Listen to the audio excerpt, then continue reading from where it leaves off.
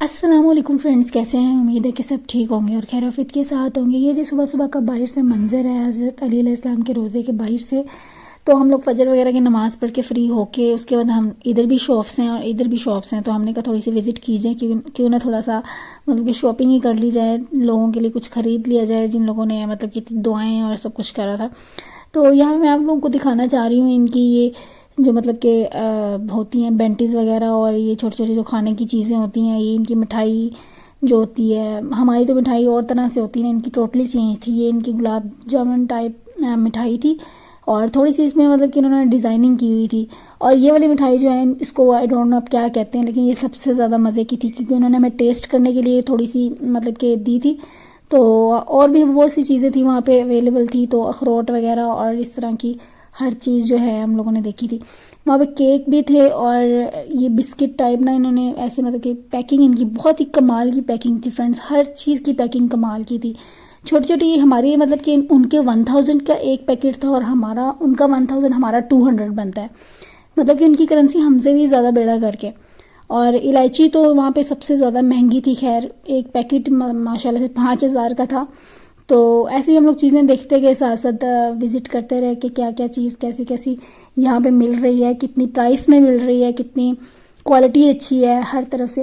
اور یہاں پہ رنگز بھی تھی اویلیبل، بار بار ہمارے سامنے آ کے ہمیں پیش کر رہے تھے کہ یہ رنگ لے لو، ہم سے یہ رنگ لے لو، ہم اتنے کی پرائس میں دے رہے ہیں، اتنے میں دے رہے ہیں۔ سب اوریجنل سٹونز نہیں تھے یہ والے، ان میں سے کوئی بھی اوریجنل سٹون نہیں تھا، تو پھر لینے کا فائدہ کیا تھا اگر اوریجنل ہی نہیں مل رہا تھا۔ اوریجنل میں نے پتہ کیے تھے بڑے مہنگے تھے۔ اس کے بعد جی ہم لوگوں کی بسز یہاں پہ مطلب کہ کھڑی ہوئی تھی، ہمارا ویٹ کر رہی تھی کیونکہ ہم لوگوں نے آج جانا تھا ایک مسجد حنانہ میں، بڑی خوبصورت سی مسجد ہے، اس کی ہسٹری بھی آگے جا کے میں آپ کو بتاتی ہوں۔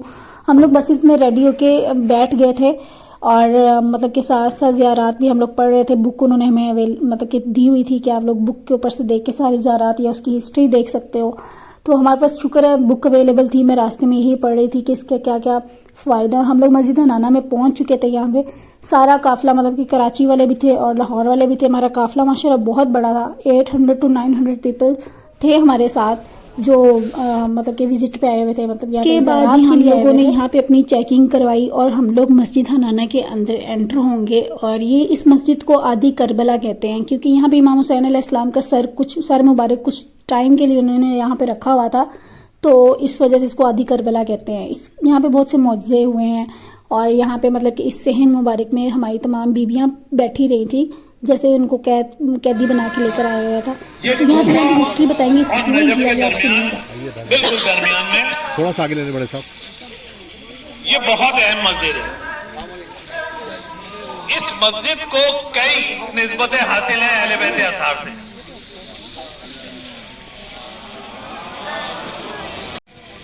ایک خرابہ سا تھا، پھر ایک چرچ تھا یہاں پہ، پھر جو ہے نا اس جگہ پہ ایک مسجد تعمیر ہوئی۔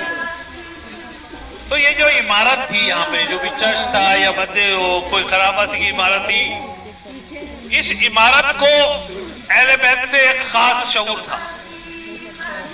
دیکھیں پتھر، مٹی، جمادات ان کو شعور ہوتا نہیں ہے، لیکن اس کے پتھروں نے بھی یہ ثابت کیا کہ ان کو یہ شعور ہے کہ یہ پہچانتے ہیں کہ کون یہاں آیا ہے، کون اس کے قریب سے گزر رہا ہے۔ انہوں نے اپنی جنبش سے، اپنی حرکت سے یہ محسوس کروایا۔ صلوات پڑھے ایک محمد و آل محمد۔ یہاں پر بیٹھ کے ایک بھرپور مسجد کی جائے اور مجلس کی جائے، اور یہاں پر زیارت کرنا ایسے ہے جیسے کربلا معلیٰ میں قبر حسین کی زیارت کریں۔ وہ میں مجلس جب ہوگی اور مجھے موقع ملا تو میں اس میں آپ کو اس کی ڈیٹیل بتا دوں گا۔ فی الحال تو اس کنویں کے اوپر کھڑا کرنے کا مقصد کیا ہے، اور میں ہمیشہ سے کہتا ہوں بزرگ میرا مخاطب نہیں ہے، نہ علماء ہے، علماء تو غیر مجھ سے کہیں بہتر جانتے ہیں اور بزرگ ہیں۔ میں بچوں کے لیے کچھ چیزیں جمع کر کے اور ان کو بیان کرتا ہوں۔ علی علیہ السلام کا درد یہ تھا، 4 سال کچھ دن حکومت کی اس کوفہ میں، اور کتنی بڑی حکومت کے حاکم تھے، یہاں سے لے کے رشیا کے بارڈر تک پورا افریقہ، پورا عرب، پورا عراق، پورا ایران، پورا مصر، یہ حضرت علی علیہ السلام کی حکومت تھی۔